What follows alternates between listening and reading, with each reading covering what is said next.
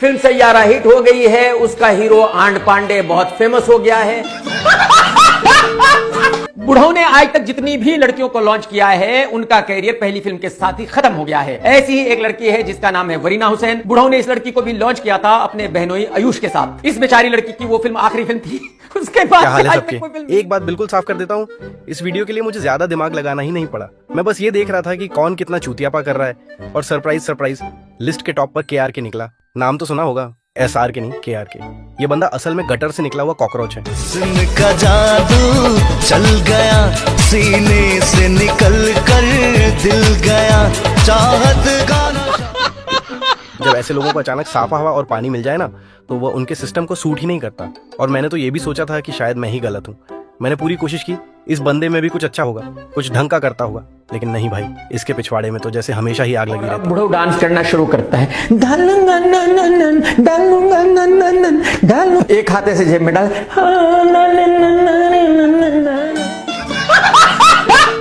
इसे चैन ही नहीं आता जब तक 2 से 4 गालियां ना सुन ले। बिना गाली खाए इसका सिस्टम ही काम नहीं करता। तो चलो बताते हैं कि मैं ऐसा क्यों बोल रहा हूँ। नमस्कार दोस्तों, स्वागत है आपके अपने चैनल AJ एम्पायर पर, जहां सच को फिल्टर नहीं किया जाता बल्कि जैसा है वैसा ही पेश किया जाता है। इसने एक ऑस्कर नॉमिनेटेड फिल्म भी की है, जिसमें ये लीड एक्टर के रोल में था। भाई साहब, इस बंदे ने जो ऑस्कर लेवल एक्टिंग दिखाई है ना, उसके आगे तो ऑस्कर अवार्ड भी फीका पड़ जाए। एक्टिंग के नाम पर इसने जो गोबर फैलाया है, उसका असर आज तक खत्म नहीं हुआ। वो परफॉर्मेंस कम और नेशनल एम्बेरसमेंट ज्यादा लगती है। ऐसी एक्टिंग देखकर लगता है जैसे सिनेमा को ही सदमा लग गया हो फिल्म में। मेरे यार, ये क्या है? अरे वॉचमैन की नौकरी छोड़कर अंडरवर्ल्ड ज्वाइन कर लिया है क्या? चला गले लग जा। आज तुम्हें मुझे नहीं। इसने जो नाच और एक्टिंग की, उसे देखकर सिनेमा घरों में बैठे लोगों ने नसें खाट ली थी, क्योंकि हालत ये थी कि गली के कुत्ते भी अपनी पूंछ इससे ज्यादा हुनर के साथ हिला देते।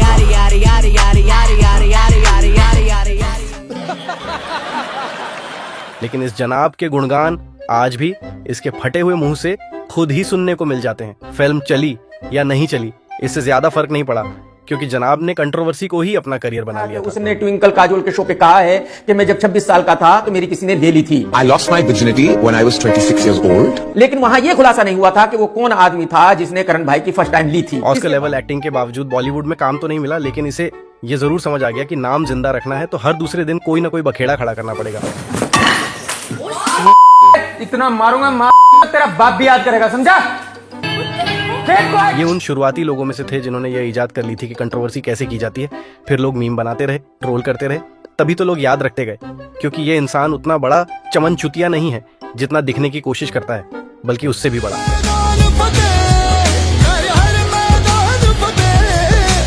इसके बाद अपनी सड़ी सी शक्ल लेकर बिग बॉस सीजन 3 में पहुंच गया, जहां इसने बिना किसी मेहनत के अपनी 2 रुपए वाली औकात दुनिया को दिखाने में कोई कसर नहीं छोड़ी। कितने लाख कहाँ डोनेट कर देता हूँ, जिसकी बराबरी तुम सोच कर। तुम मेरा हो, तुम डोनेट कर देते हो, तुम मेरे के बराबर नहीं, तुम मुझसे ज्यादा हो। मेरे नौकर। यहाँ पर भी वही गाली गलौच, लड़ाई झगड़ा और कंट्रोवर्सी का सिलसिला चलता रहा। फिर भी ये बिग बॉस से बाहर नहीं निकाला गया, क्योंकि शो वालों को क्या चाहिए? सिर्फ और सिर्फ TRP।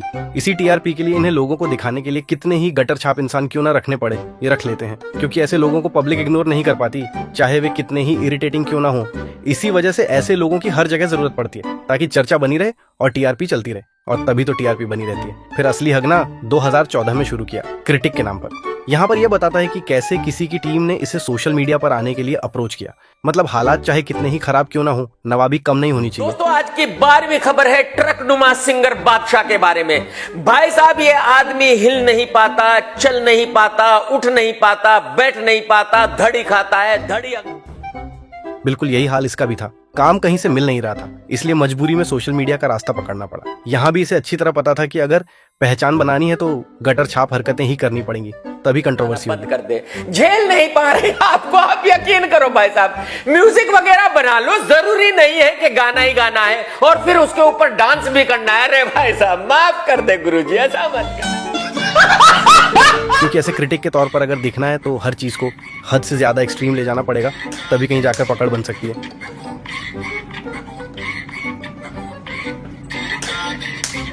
KRK का असली घर कोई मकान या बंगला नहीं, बल्कि ट्विटर है। ये आदमी सुबह उठते ही तय कर लेते हैं कि आज किससे लड़ना है या किसको ट्रोल करना है। इसकी पूरी जिंदगी ट्विटर पर ही चलती है। अगर फोन से ट्विटर गायब हो जाए तो ये भी ऐसे गायब हो जाएंगे जैसे डायनासोर पूरी तरह धरती से मिट गए हों। वैसे भी केआरके के फोन में ज्यादा ऐप्स नहीं होते, बस 3 ऐप्स, ट्विटर, यूट्यूब और इंस्टाग्राम। सच यही है कि केआरके इन 3 ऐप्स के सहारे ही लोगों के बीच बने रहते हैं, वरना असली दुनिया में तो ये कब के गायब हो चुका होता। ये खुद को इतनी ज्यादा इंटेलिजेंट समझता है कि लगता है बुद्धिमत्ता इसका जन्मसिद्ध अधिकार है। असलियत में इसे खुद नहीं पता कि कब बोलना चाहिए, कहाँ बोलना चाहिए और किस मुद्दे पर बोलना चाहिए। आम इंसानों को अपनी सीमा और जगह का एहसास हो जाता है, लेकिन ये इंसान होने के बावजूद आज तक अपनी कोई पकड़ या पहचान ही नहीं इस बना फिल्म की कहानी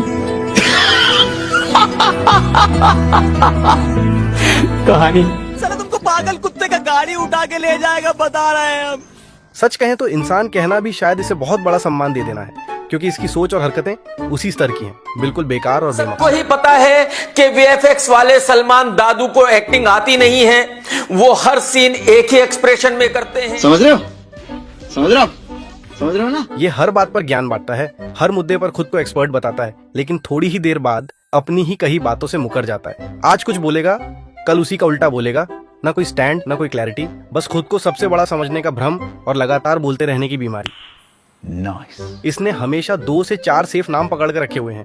जैसे ही इसे लगने लगता है कि अब पब्लिक इसे इग्नोर कर रही है या इस पर ध्यान नहीं दे रही, तुरंत वही पुराने नाम निकाल लेता है। कभी सलमान बूढ़ा है, कभी सलमान ये है, कभी सलमान वो है। मतलब जब भी खुद की रेलेवेंस गिरती दिखती है तब किसी बड़े नाम को घसीटकर वापस लाइमलाइट में आने की कोशिश करता है। असलियत ये है कि खुद की कोई ठोस पहचान या कंटेंट नहीं है, इसलिए दूसरों के नाम का सहारा लेकर ही ये खुद को जिंदा रखने की कोशिश करता है। ये हर किसी को कुछ ना कुछ बोलता ही रहता है।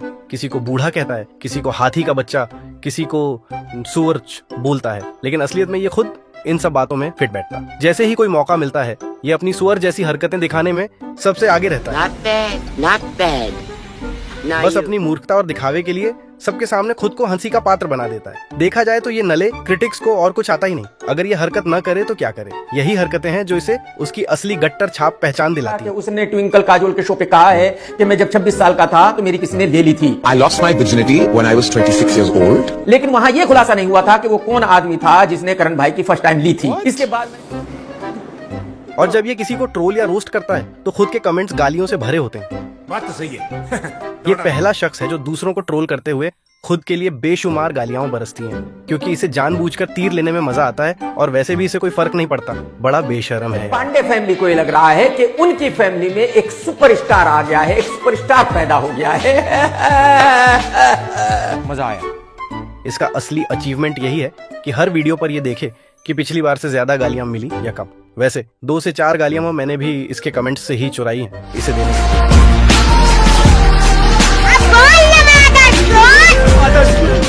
मैं भी सोच रहा था ऐसे निक टू लोग की वीडियो भी देखनी पड़ती है। वीडियो बनाने के चक्कर में इसे देखकर तो मेरे कान और आंख से खून ऑलमोस्ट निकल आया था, क्योंकि इसकी इतनी बुरी एक्टिंग और डांस की देखकर ऐसा लग रहा था पता नहीं मुझे कौन से जन्म की सजा मिली है। तो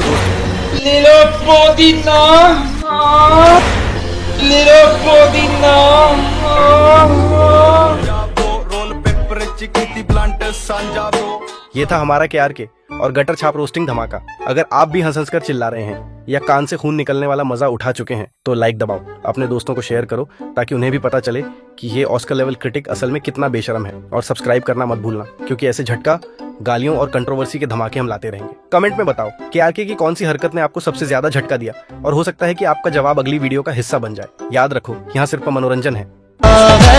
छा गया होना है मुझे तुझ में पना। ओवर एक्टिंग करता है साला, ओवर एक्टिंग की औलाद। अब